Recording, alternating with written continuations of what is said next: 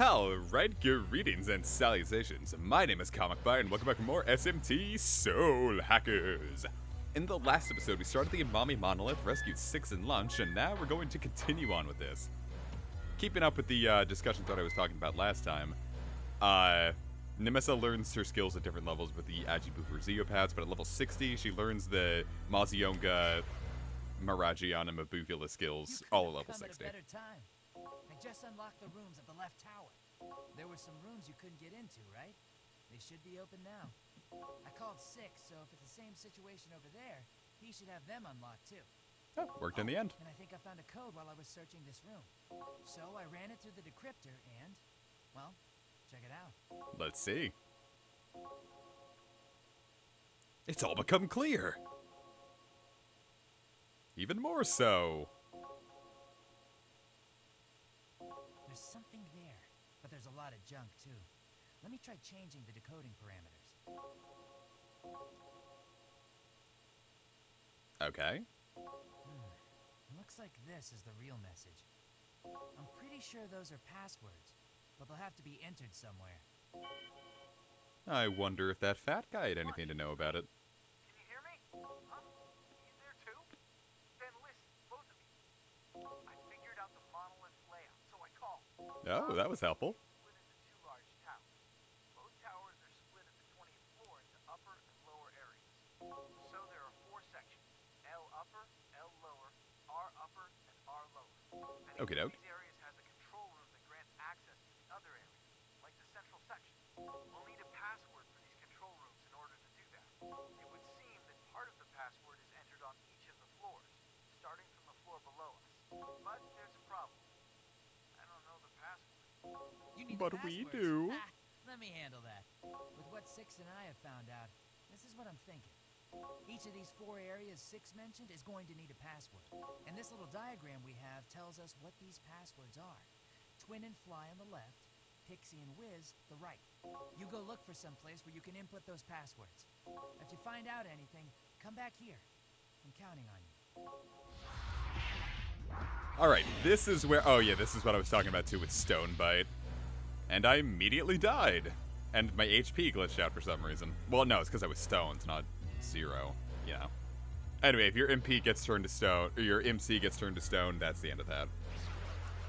That's what I love about this building. This is not a place where someone works. This is a dungeon layout. This is not a place where people would go to work every day.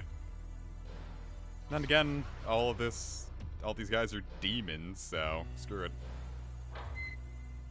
But yeah, Nemessa learns her multi-targeting second-tier elemental skills at level 60. She learns her Naomi exclusive move at level 75. The Y from Fly. So like Fire or Ajipath gets Kurikara Gokuryu, Bufu Path gets 240 million evils, and Zeopath gets Full Moon Queen. And then at level 80, she gets Overlord. Overlord.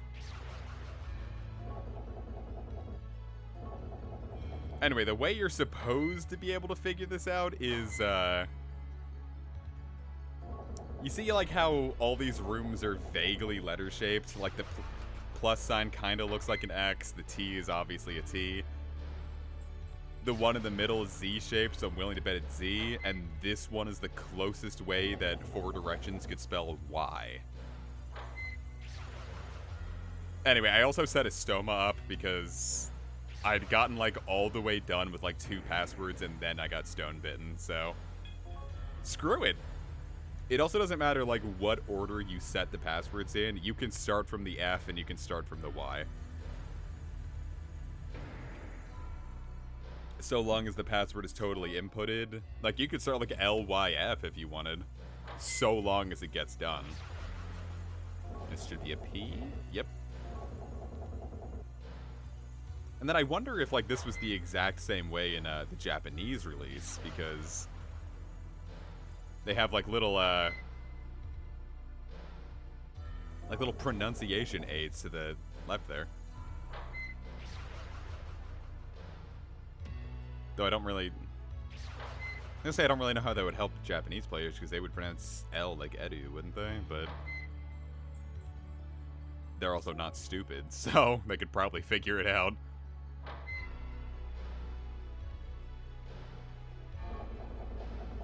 Yeah, I guess that's the best way to show that F is there.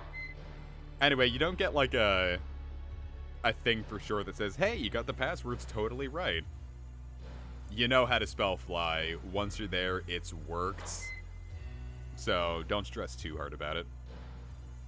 And this is where the backtracking is going to come into play. You're going to have to go from like here to the right one all the way up.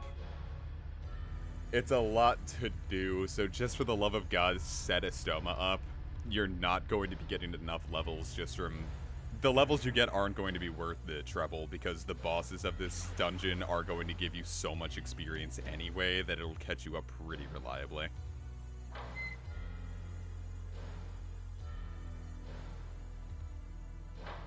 Yay! I got like a really sore throat because it's starting to get really cold. Well, not starting to, it is really cold out. So anyway, here's what happens if you go all the way back. Check it out. It looks like it accepted the passcode. Now for the right side. The magic word is whiz. Wonderful. And now you can take the elevator from the 20th floor to the first floor and vice versa. So we no longer have to deal with floors 2 through 19. That's totally done, at least on this tower. We'll have to do it for the other one, but... Also, I didn't really read that, or I didn't, like, parse it out. But whatever, I guess we can go for one more little steppy-deppy-doo. Steppy-deppy-doo! It's fun, right? This dungeon is fun. Fun, fun, fun. Yeah, it's definitely not my favorite, like, SMT-esque final dungeon. It's shorter than the Sun, but at least the Sun had more going for it. Same with the Karma Temple. Though the Karma Temple also kind of suffered from looking really samey like this. But it had way better music. Digital Devil Saga just had amazing music in general, my god. So yeah, don't do what I did. Just take the express elevator down. It was given to you for a reason. Take full advantage of it.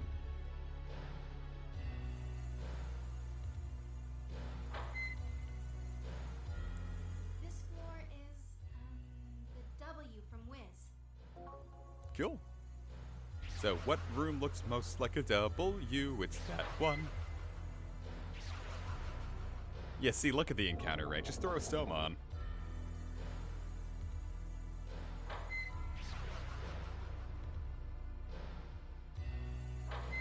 And if you're playing the 3DS version, which I'm going to assume is how most of you are going to be playing the game at this point, and you don't have a demon with Estoma on,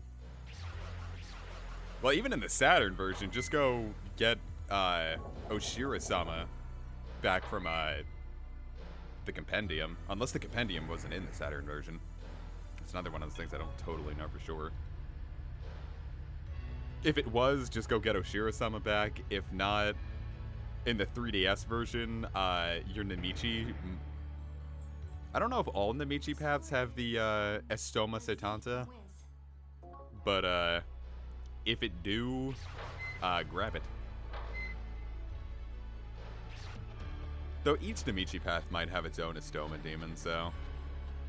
Estoma go. There, now we've got Z, so now we can get up to the upper tiers.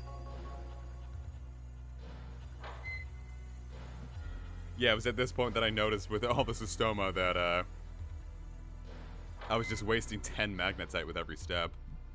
And Magnetite's a bit of a precious resource with all the Compendium grinding I was doing, so... There were times that I did have to stop and grind solely just to get more Magnetite. I think it's when I got up to 50, is when I did that kind of grinding.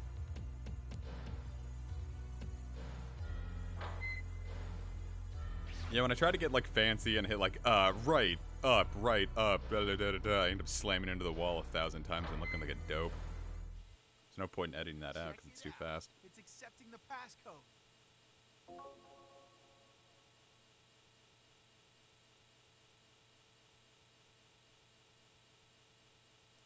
There we go. Now it's up. Yay. We've got a connection to Central Room 1 left and Central Station, and access to the upper levels. It looks like both passcodes have been entered. Now for the two upper codes. Pixie here and Twin there. Just a little more. Let's do this for Leader. This is where it gets harder. Because now we have to go through 4 floors to enter a password on each side. And I also didn't... If you can use... It mentions the center section, so it sounds like you could probably do that even easier, and I totally ignored that because I'm a dipshit. I also didn't notice that my repel faded. And the other thing about the upper floor is that even with Estoma, some of the demons at this point, if you haven't been grinding, are probably still just going to be a little too juicy for Estoma to have an effective range. Let's go get some coffee, huh? Here, how about you take this Brionac? I don't know what to give to certain demons. I don't know who's, I don't even know if there is a way to predict it or if it's just random, but ultimately, what do I care? It's all the same to me. I don't particularly like Soul Hacker's negotiation system. I vastly preferred Strange Journeys because that one felt like, there were times where it was totally out of your hands, that no matter what you did, you were going to piss off some demon. And I did, like, save states to even check that.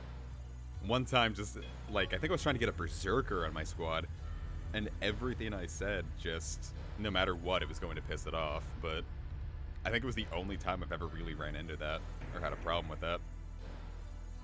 So I definitely prefer that system.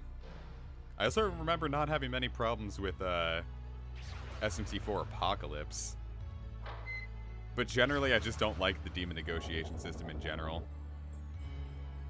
Unless there's, like, a really easy way to cheese it. Like, it's a cool idea, but, like, even in Persona 5, I was like, oh. No, thank you. It's part of why I'm still a little, I'm gonna say spooked, but a little apprehensive when I start playing Raito 2, because I still haven't played it yet. LP's been done for a year, and I still haven't got around to playing it. Had that game for almost 6 years. It was the first thing I bought with my first YouTube paycheck. I still haven't played it, and it's got a demon negotiation system, so I'm a little worried about that. Anyway, so this is the Amami Monolith 39th floor. This is the end of the road as far as the right tower goes. And as far as the dungeon goes. Final boss of the dungeon takes place on that rooftop.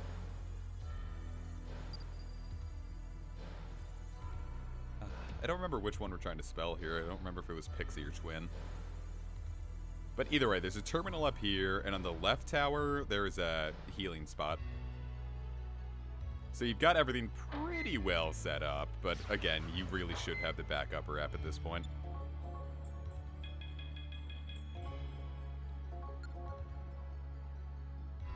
See? It works perfectly. It's great. It's lovely. And then I wasn't sure if I saved, because, you know, you get like that sometimes. I think I was in the middle of a massive recording kick at this point. Anyway, so now we have Vitala, who's very, very resistant to physical, but I think weak to... Or was it the other way around? Huh. I think it might just be, like, resistant to striking then. But anyway, Megiddo totally bypasses all that, so... We get Intelligence Incense, which you should slam on Nemissa ASAP. If I'm not mistaken, like,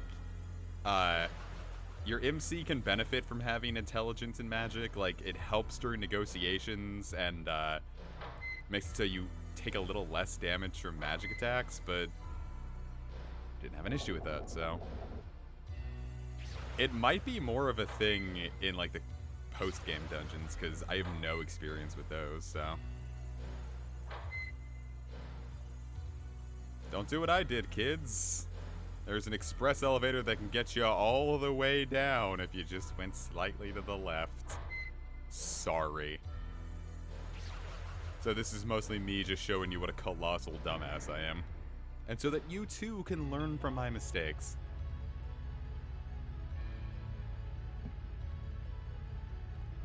I tried my best in this LP, but not perfect.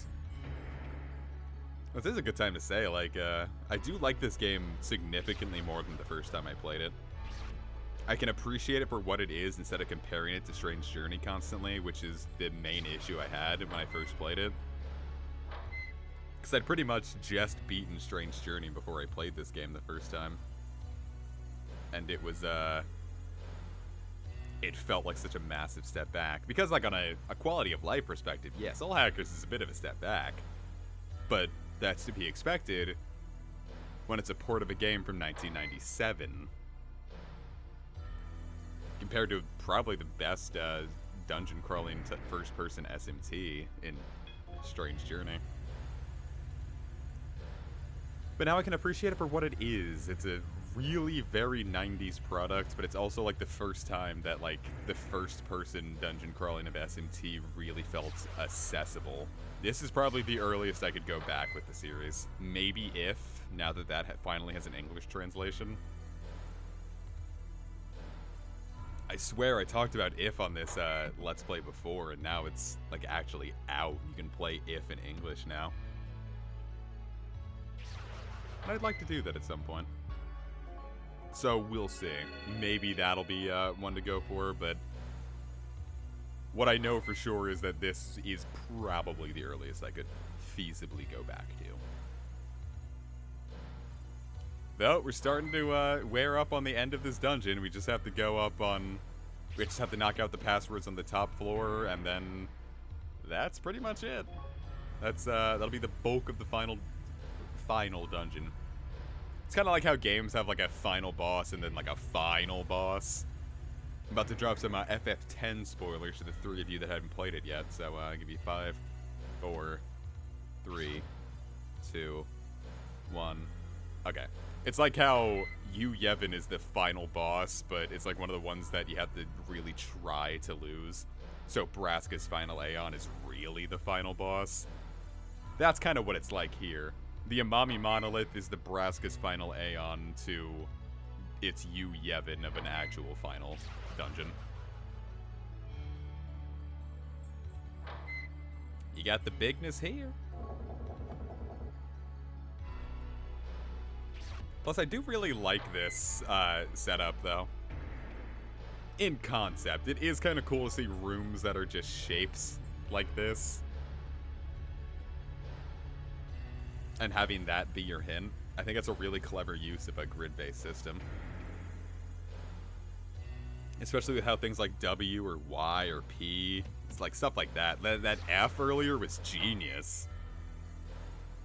I guess someone could work here, because like maybe if just these floors are dedicated to that. Because there have got to be floors in like buildings that like are just generally dedicated to like maintenance or tech, yeah?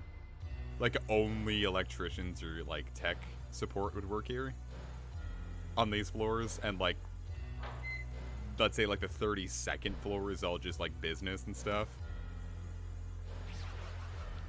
Would that be 2 L-shaped doors? Ah, oh, damn, I didn't even think to check. It makes sense, but like one's longer and then one's kind of chodier. So maybe that's supposed to be like a C? Ah, I have no idea. Yes, I am. Oh. I don't know what I expected. So Gunbeam inflicts Mark. And what I said earlier about Amazon having Yabusame shot and inflicting just major damage against marked targets, I was totally incorrect. Yabusame shot will immediately kill a marked target. So I'm going to assume Mark is something that you can become immune to. Like, certain bosses have to be immune to Mark or Yapusame shot.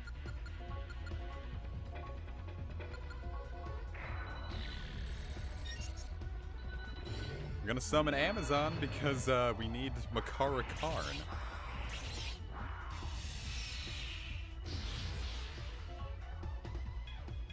Solely just to handle Paimon. Battle with Paimon. Does anyone remember that? It's like... I don't know if it was before, like, one of the Digimon movies on VHS, or if my pal just had it on, like, some episodes on VHS. But, like, every time you would, we would open it up, like, before, like, the actual thing would come up, it would be like, also be sure to check out Digimon Battle with Paimon. And I liked it. I thought it was cool. I always wanted to see the battle with Paimon, and to this day, I still have not. So that's something and a half.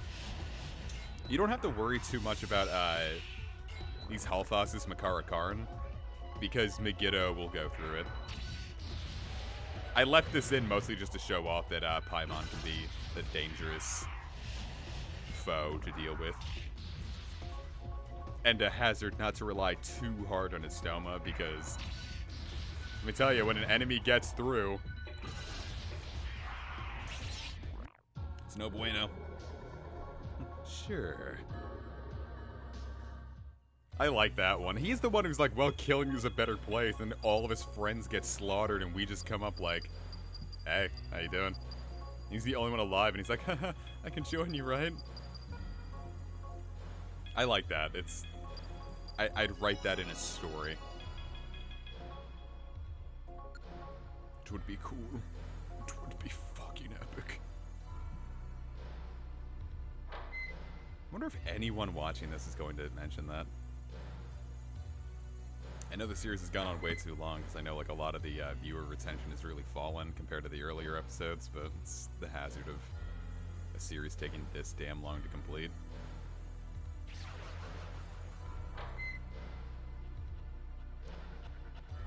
And what are we going to get? We get Hawk Shoes. This is one of those upgrades that are irrelevant. The Mirage Sandals are...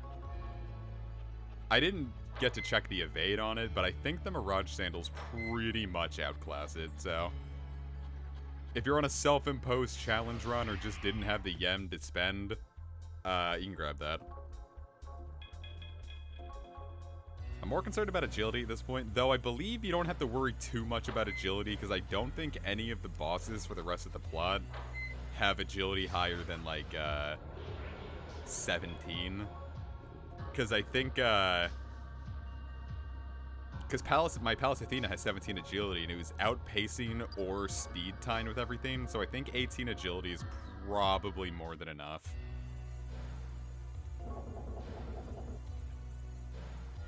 And then I don't know if there's like an RNG factor, because again, like, I don't know if speed ties are a thing in this. It's not Pokemon, you know. I can check out the final boss's. I can check out the final boss's stats to make sure that was a thing or not, if that was a thing or not. Yeah, the final boss's agility is 18, so if I have 18 agility, I was speed time. Then again, that was... I don't want to give you wrong information. Let me be absolutely sure. Postscript. There is an RNG element. The physical version of Manitou is 15 agility and still outpaced Pallas Athena at certain points. That means there is an RNG element and it should not be known as a 100% safe method to handle things. So, be careful.